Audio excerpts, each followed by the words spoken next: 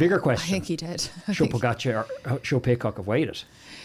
Well, I mean, look, I'm not a huge fan of Pidcock. I read an article today by Sean Kelly who basically said that he thinks that Pidcock didn't wait, because of the morality or because he's a sportsman. It was because Pogacar was hot on his heels and he was going to catch up on him anyway. Whereas Pidcock kind of came out and was like, I waited up for him because it's, this sportsmanship kind of thing to do. But I call absolute bullshit on that.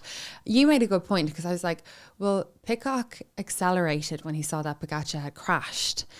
And you were like, well, in fairness, I would do that too because he doesn't know that Pogacar is going to get back on his bike and he's still trying to keep a lot of space between him and the chasers.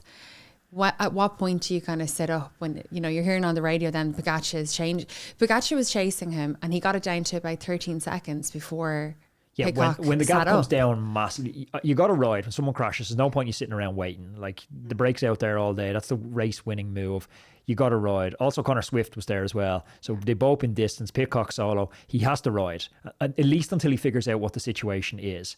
And then if you want to play the sportsmanship card, you can sit up a little bit, but you're giving away that time back to the chasing group behind. So you need to be conscious that you are sitting up.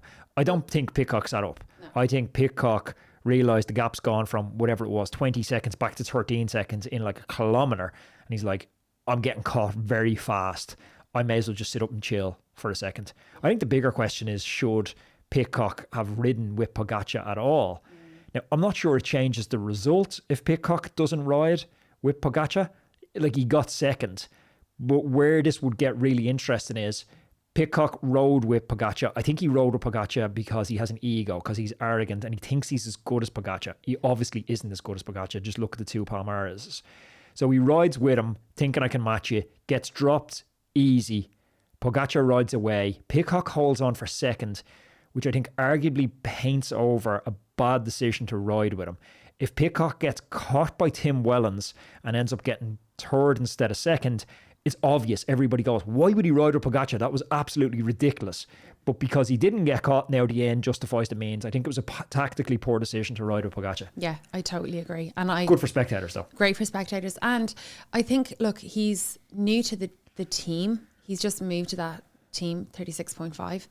And he's probably, who knows what management are saying to him, what is in his ear. I mean, they want camera time. They want results. It's a huge result. Make no mistake, it's a huge result for them. He's their marquee rider. They're a small team, stepping up to this level. They're not going to the Tour de France this year. TV time, showing they have a rider who can stick it up to Pogacar. That's a massive result. Make no mistake for them. Yeah, for them. Good investment by that team. So another thing that Sean Kelly covered in that article, it was really good. Everybody go and check it out in Cycling News. He does at one stage say that Pidcock was peeing into the air, which is not really a Sean Kelly. It's more like pissing into the air that he'd say. But what do you think about, and Sean covered it as well, Pogacar going to do Roubaix? Is that confirmed? No, but do you think he should do it? I don't know. I haven't looked at the calendar. And can he win it? I don't know. Van der Poel will take a lot of beating in it. He's a good bike handler.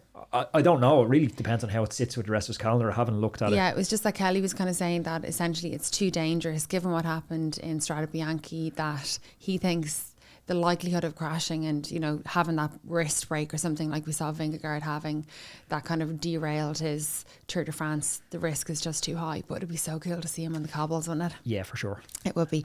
Okay, next question. Roadman, whether you're a weekend warrior or a World Tour rider, the right tools can make all the difference. Enter 4i's Precision 3 Plus Power Meter, the latest innovation from 4i, designed to help you reach peak performance.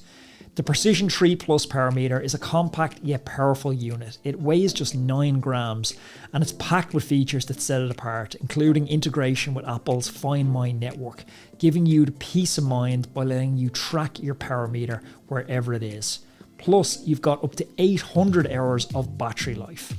We all know that accuracy is key, and 4i's delivers a groundbreaking plus or minus 1% accuracy thanks to their unique 3D strain gauge technology.